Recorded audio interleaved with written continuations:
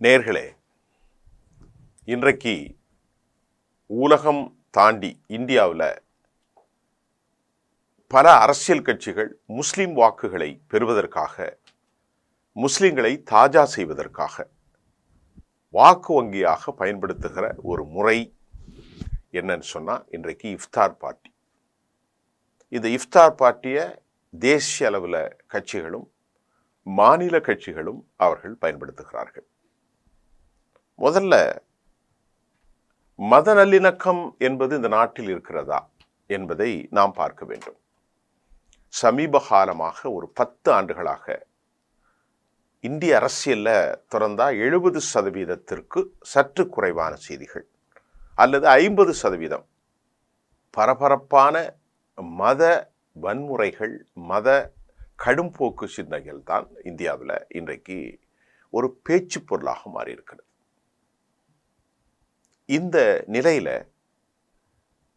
இந்திய இந்து தேசியவாத கட்சியான பாரதிய ஜனதா கட்சி, அதனுடைய தலைமை பொறுப்பில் இருக்கக்கூடிய நரேந்திர மோடி அவர்களுடைய பேரிலே ஒரு கிட்டு, அதாவது சவுகத் ஏ மோடி அப்படிங்கிற பல லட்சக்கணக்கான கிட்டுகளை இந்த ரமலானுடைய காலத்தில் முஸ்லிம்களுக்கு அவர்கள் பரிசளித்து நல்லிணக்கத்தை நோன்பு காலங்களில் ஏற்படுத்த முயற்சி.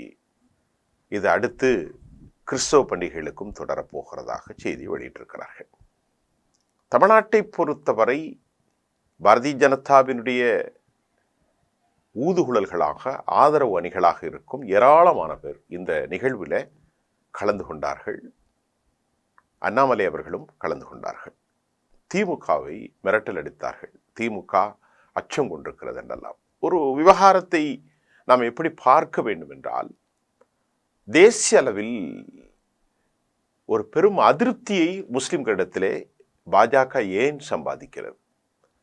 சவுகத் ஏ மோடி என்று சொன்னாலும் உண்மையிலேயே அந்த பேரை வைத்திருக்கக்கூடிய மோடியை கூட காழ்ப்புணர்ச்சியில் கடந்த 110 முறை கடந்த தேர்தலில் முஸ்லிம்களை கடுமையான வார்த்தைகளால் கொச்சைப்படுத்தினார். அதிக குழந்தை பெறுபவர்கள், மோசமானவர்கள், நாட்டை திருடுவோர், இப்படியெல்லாம் பல வார்த்தைகளை சொன்னதாக சர்வதேச அளவிலான செய்திகள் வெளியாகியிருந்தது.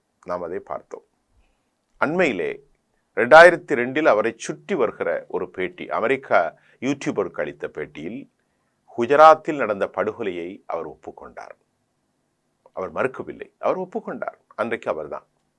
ஆக அந்த மாடலுக்கு பின்பு இன்றைக்கு எங்கு பார்த்தாலும் இஸ்லாமிய விரோத நடவடிக்கைகள் நடக்கின்றது. நாக்பூர் கலவரத்தை தேவையில்லாமல் 800 ஆண்டுகளுக்கு முன்பு நடந்த ஒரு சமாதி ஒதுக்குப்புறமாக இருக்கிறது. அதை உடைக்க வேண்டும் என்று போரிட்டு இந்த ரமலானுடைய காலத்தில் நாக்பூரில் பெரும் வன்முறை. சரியா? இருப்பதிலே ரொம்ப மோசமான ஒரு அரசியல்வாதியாக தங்களை காத்திக் கொள்ளக்கூடிய யோகி ஆதித்யநாத் புல்டோசர் கலாச்சாரத்தில் நீதிமன்றமே அவரை தண்டிக்கக்கூடிய அளவிற்கு விதவைகளுடைய வீடுகள், 1.5 லட்சத்திற்கும் மேற்பட்ட வீடுகளை இடித்திருக்கிறார். அதில் 80% வீடுகள் இந்தியா முழுவதும் இந்த கலாச்சாரத்தை ஆரம்பித்து வைத்த யோகி ஆதித்யநாத் அனைத்து வீடுகளையும் தவறிழைப்பவர்கள் தவறிழைத்து விடுகிறார்கள். ரவுடிகள் அவனை உள்ளே தூக்கி போடலாம், கொலை செய்வனை உள்ளே தூக்கி போடலாம். அது சம்பந்தமே இல்லாத அவன் வீட்டில் இருக்கக்கூடிய மனைவி, குழந்தைகள், வயதான தாய், பெற்றோர்கள் எல்லாம் நடு ரோட்டில் வரக்கூடிய அளவிற்கு படுமோசமான மனித விரோத செயல்களை யோகி செய்து கொண்டிருக்கிறார். ஹரியானாவில் செய்து இந்த நாட்டு மக்கள் ஒரு குறிப்பிட்ட கொள்கையேற்றதற்காக நடு ரோட்டில் கொண்டு விட்டவர்கள்தான் இவர்களை பற்றி நாம் சொல்ல வேண்டியதில்லை. அதே போன்று நீங்கள் ஹரியானாவிலும் இந்த சூழல் தான் நடந்தது. அதே போன்று உத்தரப்பிரதேசத்தில் நடக்கிறது. நாக்பூரில் வன்முறை நடக்கிறது. உச்சபட்சமாக உத்தரப்பிரதேச முஸ்லிம்கள் கடும் பாதிப்புக்குள்ளாகி இருக்கிறார்கள். ஹோலி காலத்தில் அவர்கள் மசூதிகளிலே தொழுக வேண்டாம், ஏனென்று சொன்னால் அன்று வெள்ளிக்கிழமை தொழுகை நடத்தக்கூடாது என்று மசூதிகளை திரையிட்டு மூடிய ஒரு பெரும் அவமானகரம் இந்திய ஜனநாயகத்திற்கு பெரும் கேவலத்தை ஏற்படுத்தியது. மோடி கீழ் வேலை செய்கிற திரு யோகி ஆதித்யநாத்தினுடைய அரசினுடைய நிலை. அப்படி என்றால் அந்த மக்களுக்கு எதிராக பாகிஸ்தானுக்கு செல்லுங்கள் என்று சொல்வது அவர்கள் வீட்டை அடிப்பது, ஊர்வலங்கள், கலவரங்கள், இன்னும் பள்ளிவாசல்களுக்கு கீழ் இருக்கக்கூடிய எல்லா பள்ளிவாசலிலும் கோயில்கள் இருப்பதாக 36,000 மசூதிகளை உடைப்பேன் என்று கொக்கரிப்பது, இப்படி ஒரு நிலையை ஹிந்துத்துவா, பாரதிய ஜனதாவின் கீழ் இருக்கக்கூடிய RSS அமைப்புகள், சனாதனவாதிகள், விஸ்வ இந்து பரிஷத் எல்லாம் முழக்கமிட்டு ஒரு பெரும் புரட்சியை, ஒரு பெரும் பிரளயத்தை ஏற்படுத்தி மக்கள் அச்சத்தாலும் பேனிக், த அப்ரிஹென்ஷன்ஸ், கலக்கத்தாலும் இஸ்லாமியர்கள் வாழுகின்ற போது சவுக்கத்தே மோடி என்று ஒரு சின்ன ஒரு பேக்கெட்டை கொடுத்தா இந்த மக்கள் எப்படி மனமாறப் போகிறார்கள்? இதுதான் இப்போ முக்கியமான கேள்வி. CAA சட்டத்தை கொண்டு வந்தீங்க. இந்திய அரசியலமைப்பில் யாருமே மத ரீதியாக டிஸ்கிரிமினேஷன் இருக்கக்கூடாது என்று கான்ஸ்டியூஷன் பேஸில் ரொம்ப தெளிவாக சொன்ன பிறகும் ஆப்கானிஸ்தானில் இருந்து வரக்கூடிய, பாகிஸ்தான், பங்களாதேஷிலிருந்து வரக்கூடிய முஸ்லீம்களை தவிர எல்லோருக்கும் நாட்டில் சிட்டிசன்ஷிப். ஆனால் முஸ்லீம்கள் மட்டும் இல்லை. அப்படி வந்தால் அவர்கள் கொட்டடியில் அடைக்கப்படுவார்கள். ஒன்று. இரண்டாவது, இந்திய முஸ்லீம்களை அல்லது இவர்களை கடலிலே தூக்கி வீசுவேன், அமித்ஷாவுடைய பேச்சு. மூன்றாவது, அதிக குழந்தை பெறுகிறார்கள், மசூதிகளை இது அவமானச்சிரம் என்று பாப்ரி மசூதியை உடைத்தது மட்டுமல்ல, ஏனைய மசூதிகளை உடைப்பதற்கு நீங்கள் திட்டம் போட்டுக் கொண்டிருக்கிறீர்கள். நாடு முழுவதும் ஊக்குவிக்கப்பட்ட கலவரங்கள், வெறுப்பு பேச்சு. ஒரு குழந்தை தலையிலே ஒரு சின்ன முக்காடு போட்டான் என்று அதே பெரிய பிரச்சனையாக்கி கர்நாடகாவில் பெரும் பிரளயம். எல்லாம் இவர்கள் தான், ஒரே கூட்டணி தான், பல பேர்களில். 100 ஆண்டுகளுக்கு மேலாக திருக்கோயில்களிலே வியாபாரம் செய்து கொண்ட முஸ்லிம்கள் கடைகள் காலை செய்யப்பட்டது. இப்பொழுது ஹலால் இறைச்சிக்கு தடை செய்ய வேண்டும். 1 2 இல்லை, சொல்லிக்கொண்டே இருக்கலாம். பஜன் பாடப்பட்டது, குரான் வாதிக்கப்பட்டது, கீதை உபதேசிக்கப்பட்டது. அதே போன்று சீக்கியர்களுடைய கிரான் சாஹிப் முழங்கப்பட்டது. அமைதியாக 80 வயது பெண்கள், ஆண்கள், கிறிஸ்தவர்கள், முஸ்லிம்கள், இந்துக்கள் எல்லாரும் கூடியிருந்த ஷாஹின் பாக்கில் பெரும் கலவரத்தை நிகழ்த்தி 52 பேர் 2020 படுகொலைகள் நடந்தது. காவல்துறை அமைதியாக வேடிக்கை பார்த்தது டெல்லியில். இப்படித்தான் எல்லாம் நடந்து கொண்டிருக்கிறது. இன்றைக்கு யோகியால் மசூதிகள் உடைக்கப்படுகிறது. ஹோலிக்கு தொழுகை வரக்கூடாது என்று சொல்கிறார்கள். எல்லாவற்றையும் சொல்லிவிட்டு சவுக்கத்தே மோடி ஒரு கிட் கொடுக்கிறேன் என்று சொன்னால் இவர்களின் மீது என்ன நம்பிக்கை வரும் தோழர்களே? பாரதிய ஜனதா இந்திய அரசியலில் ஒரு பெரும் கட்சி. இந்தியாவில் நாம் பார்க்கின்ற போது இன்னும் பல ஆண்டுகளுக்கு அவர்களுடைய ஆட்சி இருக்கும் என்கிறவருக்கு ஒரு வலிமையான கட்சி, ஜனநாயக ரீதியில் ஒரு அமைப்பு. அந்த அமைப்பு அனைவரையும் உள்ளடக்க வேண்டும். ஆனால் வாக்குக்காக இந்த வன்முறைகளை ஒரு குறிப்பிட்ட நிலையிலே மக்களை தூண்டிவிட்டு முஸ்லிம் வெறுப்பை நீங்கள் சம்பாதித்தால் அது அவ்வளவு சிறந்ததாக இல்லை. காலப்போக்கில் முஸ்லிம்களும் தலித்துகளும் மிகிக்கக்கூடிய ஒரு சமூகமாக இந்திய சமூகம் மாறிவிடும். அதில் எந்த சந்தேகமும் இல்லை. இன்னும் 100 ஆண்டுகள் அதிகபட்சம். அப்படி ஒரு சூழல் வரும்போது இங்கே தடுப்போர் யாரும் இல்லை என்கின்ற ஒரு சூழல் உருவாகிவிடும். ஆக இந்திய மக்களாக வாழ்கிற இந்திய முஸ்லிம்கள் அந்நியர்கள் அல்ல. வழிபாட்டு தலங்களில் சில மசூதிகளில் பிரச்சனை இருக்கலாம். முகலாயர்களுக்கும் இந்தியர்களுக்கும் எந்த சம்பந்தமும் இல்லை. அவர்கள் அந்நியர்கள். அவர்கள் தவறு செய்திருந்தால் அந்த தவறை நாம் இந்திய முஸ்லீம் தலைவர்களோடு பேசி முடிவுக்கு எடுக்க வேண்டும். பரஸ்பரம் இந்திய முஸ்லீம்களும் இந்திய இந்துக்கள் தலைவர்களும் சமாதானத்தோடு பேசி ஒரு தீர்வை எட்ட வேண்டும். பசுமாடு எங்கள் தெய்வமாக நாங்கள் பூசிக்கிறோம், இதை நீங்கள் அறுத்து சாப்பிடக்கூடாது, அது அவர்கள் சொல்லலாம்.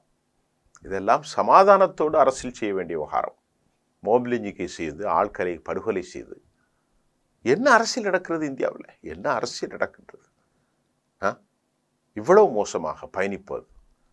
டெல்லியில் தாடி வைத்திருப்பவர்கள் தாடியை பிடித்து கத்தரிப்பது, ராமநாமத்தை சொல்லி இல்லைனால் வெட்டுவது, குத்துவது, அழிப்பது, மசூதிகள் மேலே ஏறுவது. இது என்ன நாடு? இது உலகம் எங்கே சென்று கொண்டிருக்கிறது? இறுதியாக லட்சோப ஏக்கர் இருக்கக்கூடிய வக்ஃப் சொத்து. வக்ஃப் சொத்து யாருக்குரியது? இந்திய அரசுக்குரியது. அது நிர்வகிக்கப்படுகிறது இஸ்லாமிய ஆர்கனைசேஷன். அது கூட மாற்றலாம், அது தவறில்லை. ஆனாலும் அதற்கும் சில ஒழுங்குமுறைகள் இருக்கின்றது. அந்த ஒழுங்குமுறையை கூட பின்பற்றாமல் மற்றவர்களுக்கு ஒரு நீதி, இவர்களுக்கு ஒரு நீதி. காஷ்மீரில் முஸ்லீம்கள் பெரும்பான்மையாக இருக்கிறதால் 370 ஆப்ளிகேஷன். காஷ்மீரில் இன்றைக்கு அமைதி இருக்கிறதா? அமைதி இல்லை. ஆனால் அது பத்திரிகையில் செய்தியாக வரவில்லை. ஆக இதே போன்ற அதிகாரம் காஷ்மீரில் மட்டும்தான் இருக்கிறதா? இல்லை, வடகிழக்கு மாநிலங்களில் இருக்கு. அசாமில் வெறுப்பை கக்குகிறார்கள். ஆக இப்படியெல்லாம் வெறுப்பை கக்கி நான் பேசுவது ஒரு 10% அல்லது ஒரு 5%, இன்னும் 95% இருக்கிறது. இதையெல்லாம் வெறுப்பை கக்கி முஸ்லிம்களை அந்நியப்படுத்தி கேவலப்படுத்தி அவர்கள் தேசத்திற்கு சம்மதமில்லாதவர்கள் என்று இங்கிருந்த குழுக்கள், இங்கிருந்த இந்து மக்கள், இங்கிருந்த பிற்படுத்தப்பட்டோர், இங்கிருந்த தாழ்த்தப்பட்டோர், இங்கிருந்த ஓபிசிக்கள், ஏன் மேல் சாதி மக்களும் கூட இஸ்லாமை ஏற்றுக்கொண்டுதான் இந்த நாட்டில் இருக்கிறார்கள். ஜாட்டுகளில் பெரும்பான்மையானவர்கள் தான் பாகிஸ்தானியர்கள் என்பதை நீங்கள் தெரிந்து கொள்ளுங்கள். இந்தியாவிலே இருக்கக்கூடிய ராமநாதபுரம் மாவட்டத்திலே பல ஊர்களில் இருக்கக்கூடிய கல்லர்கள், பிரமலை கள்ளர்கள், மரபர்கள் தான் இஸ்லாத்தை ஏற்றுக்கொண்டார்கள். திருநெல்வேலி பகுதியிலே நிறைய இஸ்லாமியர்கள் சைவ பிள்ளைமார் சமண மதத்திலிருந்தான் மாறினார்கள். ஆக இந்திய மக்களுக்கு எதிராக இந்துத்துவா என்கின்ற ஒரு மோசமான ஆயுதத்தை பயன்படுத்தி கொண்டு இன்றைக்கு அவர்கள் ரமலானுடைய காலத்தில் சவுக்கத்தே மோடி என்று ஒரு கிட்டை கொடுத்து விட்டால் இவர்களை பற்றிய பார்வை குறைந்து விடுமா என்ன? அது வாய்ப்பில்லை. ஆக சிந்திக்கக்கூடிய காலம் மீண்டும் இருக்கிறது. இன்னும் எவ்வளவோ செய்ய வேண்டும். வாக்களிக்க மாட்டோம் என்று நீங்கள் சொல்கிறீர்கள். எப்படி வாக்களிப்பார்கள்? மசூதிகளை திரையிட்டு மூடுவது, ஹோலி பண்டிகையில் மசூதிகள் முன்பே சத்தம் போடுவது, பிள்ளையார் கோயில் சதுர்த்தியிலே தமிழ்நாட்டில் நாங்கள் பார்க்கிறோம் பல இடங்களில் வன்முறைகள். இப்படிப்பட்ட சூழ்நிலைகள், பல சட்டங்கள், பல திட்டங்கள் அனைத்தும் இஸ்லாம் அவர்களுக்கு எதிராக கொண்டு வந்து சவுக்கத்தி மோடி என்று ஒரு சின்ன பேக்கேஜை கொடுத்தால் முஸ்லிம்கள் மனமாறி விடுவார்களா? 1000 கேள்விகளோடு இந்த அரசியல் விமர்சனம் உங்கள் முன் வைக்கப்படுகிறது. இதை நாம் தீர்வு என்னங்கிறத நம்ம சொல்ல முடியாது. நடந்த சம்பவங்களை மட்டும் உங்களுக்கு நான் விஷயத்தை சொல்கிறேன். உயர்ந்த இடத்தில் இருக்கக்கூடிய இந்திய தலைவர்கள் தேசத்தை உறுதியாக நம்பணும். தேசத்தினுடைய முதல் வெற்றி என்னன்னா, முதல் செழிப்பு என்னன்னா, மக்களுக்குடைய இருக்கக்கூடிய ஒற்றுமை, மக்களுக்கு இருக்கக்கூடிய சமாதானம். சமகாலங்களில் வாழும் மக்கள் தங்கள் இருக்கக்கூடிய பண்பாட்டையும் கலாச்சாரத்தையும் உணவு பிரிவுகளையும் எல்லாவற்றையும் ஒருத்தரோடு ஒருவர் பகிர்ந்து கொள்ள வேண்டும். ஏனென்றால் வாழ்க்கை மிகச்சிறியது. ஆக இப்படி தாங்கள் வெற்றி பெறுவதற்கு, தங்கள் கட்சி வெற்றி பெறுவதற்கு ஒரு பெரிய போலரைசேஷன், டிகரிங் பாலிடிக்ஸை உருவாக்கி மக்களை இடமாற்றம் செய்து மடைமாற்றம் செய்து பிரித்தாலும் சூழ்ச்சி எவ்வளவு காலத்திற்கு தொடரப் போகிறது என்ற கேள்வியோடு இந்த அலசலை நான் முடித்துக் கொள்கிறேன். நன்றி. இது எவ்வளோ நேரம் போயிருக்கு?